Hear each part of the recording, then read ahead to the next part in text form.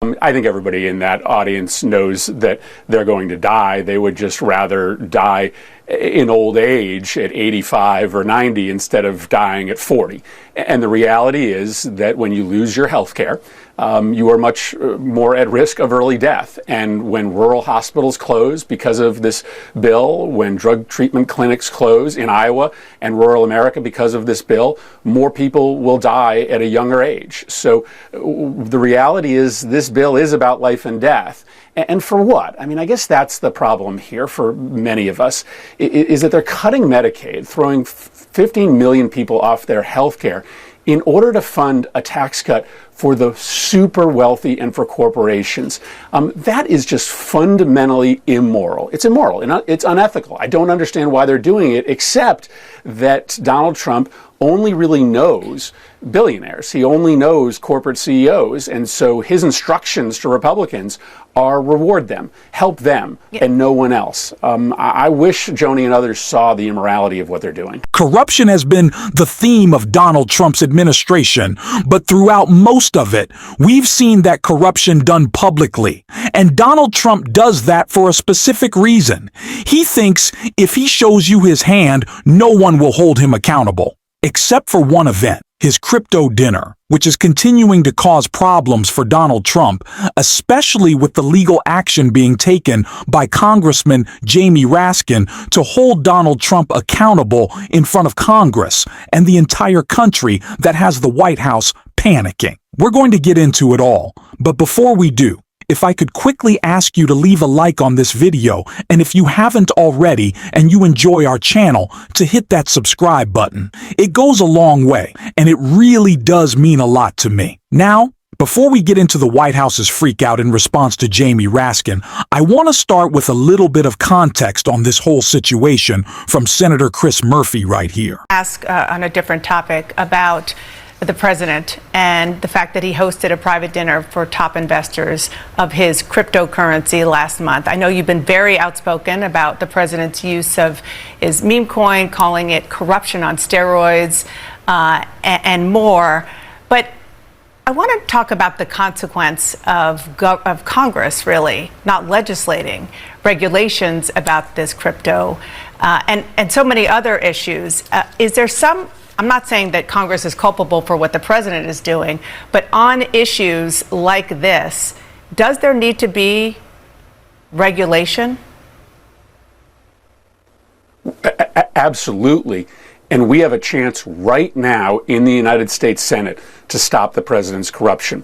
Not coincidentally, we are debating in the Senate a bill to regulate cryptocurrency. In fact, one of the very cryptocurrencies that Donald Trump is issuing as part of his corruption scheme. The problem is the existing version of that bill exempts the president from the ethics requirements. It says that it's unethical for me to issue or market a stablecoin, but it's okay for the president to do it. That's not something any Democrat should vote for. We have a chance to demand to amend that bill before final passage to make sure that the president is treated just like every other member of Congress, just like every other member of his administration. So yes, if Congress passes a bill in the next few weeks that exempts the president of the United States from the ethics requirements around the issuance of cryptocurrency, then yes, we will have no one to blame but ourselves for this, at least this specific kind of corruption. So we have a chance to get this right in the United States Senate this coming week, and I hope the Democrats and Republicans can stand up and say it's just not right for the president to essentially be asking for people, including foreigners, to put money in his pocket in order to get them access to the White House. That is not okay for a member of Congress, for a mayor. It's not okay for a president. Heard my conversation with the White House budget director, Russ Vought, about the president's tax and spending bill in front of the Senate, which is something you're going to be dealing with this coming week. What is your response?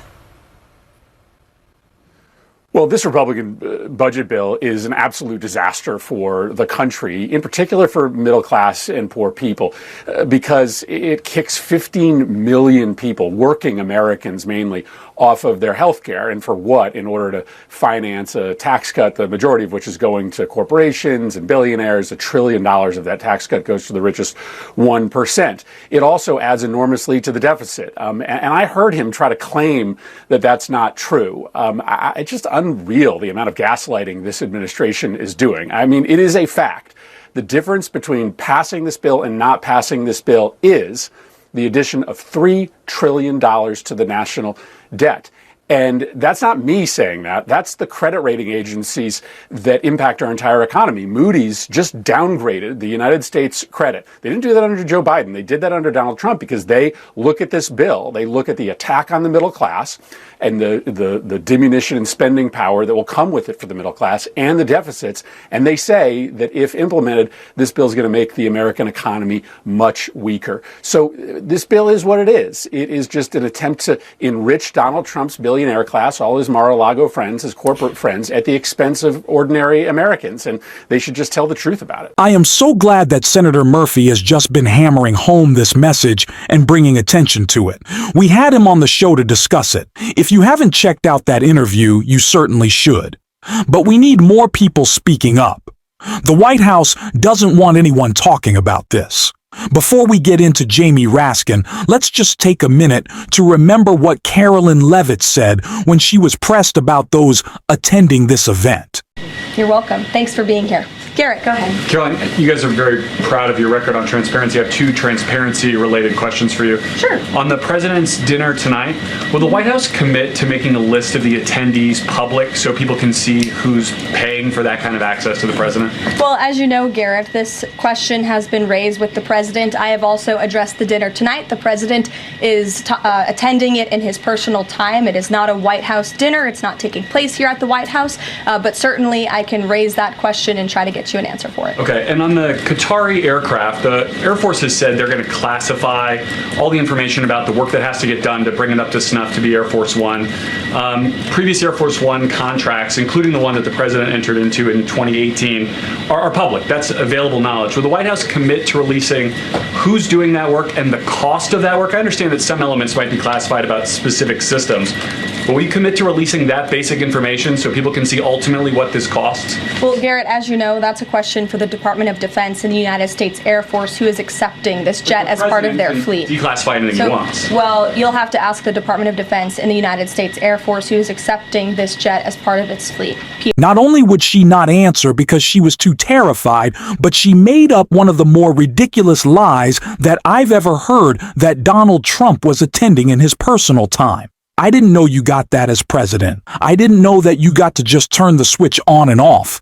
And according to Donald Trump, as we all know, when you're president, you get to do whatever you want. So there's no implication of personal time there. But it's the exact reason that Jamie Raskin is taking action against Trump in demanding we get this list of names. And I want to take a look at that right here. Release the names. Jamie Raskin demands list of mystery diners at Trump event, calling Donald Trump's recent dinner with crypto investors the latest in a bewildering gamut of schemes aimed at making a profit off the presidency. Jamie Raskin is demanding the White House release the names of those who attended the event, warning that Americans currently don't know whether foreign governments, criminal enterprises, or other groups may have been paid hundreds of millions of dollars for Trump's meme coin.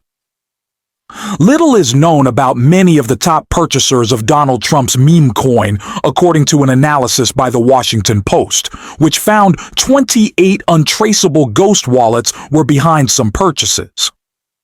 About half of the top 220 owners receive coins from crypto exchanges that reject U.S.-based customers, suggesting they could be foreign buyers.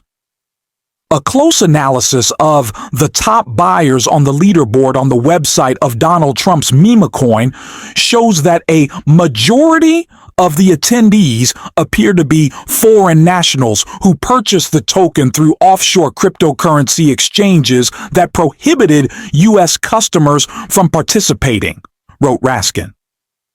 Analysis reveals that 161 of the 220 top buyers, or 73% of the invitees, are likely for nationals among the top 25 VIP guests who were offered additional private access to you, including a VIP White House tour, and who spent between $1.25 million and $16 million on Trump tokens. 23 out of the 25 are likely foreign individuals or entities.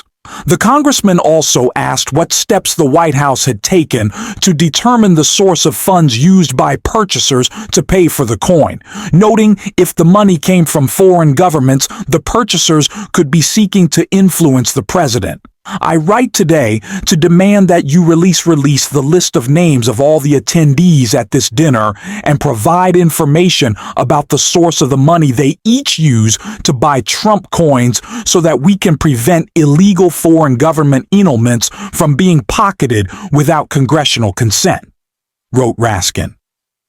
When asked last week whether the White House would release the names of dinner attendees, Press Secretary Carolyn Leavitt said she would raise that question, but claimed, as we said, that the event was attended by Trump in his personal time. Your White House has repeatedly promised a presidency that is the most transparent and accessible in American history, wrote Raskin to the president. But so far, you have failed to deliver, refusing to divulge even the names of the largely foreign attendees at your world-famous crypto dinner.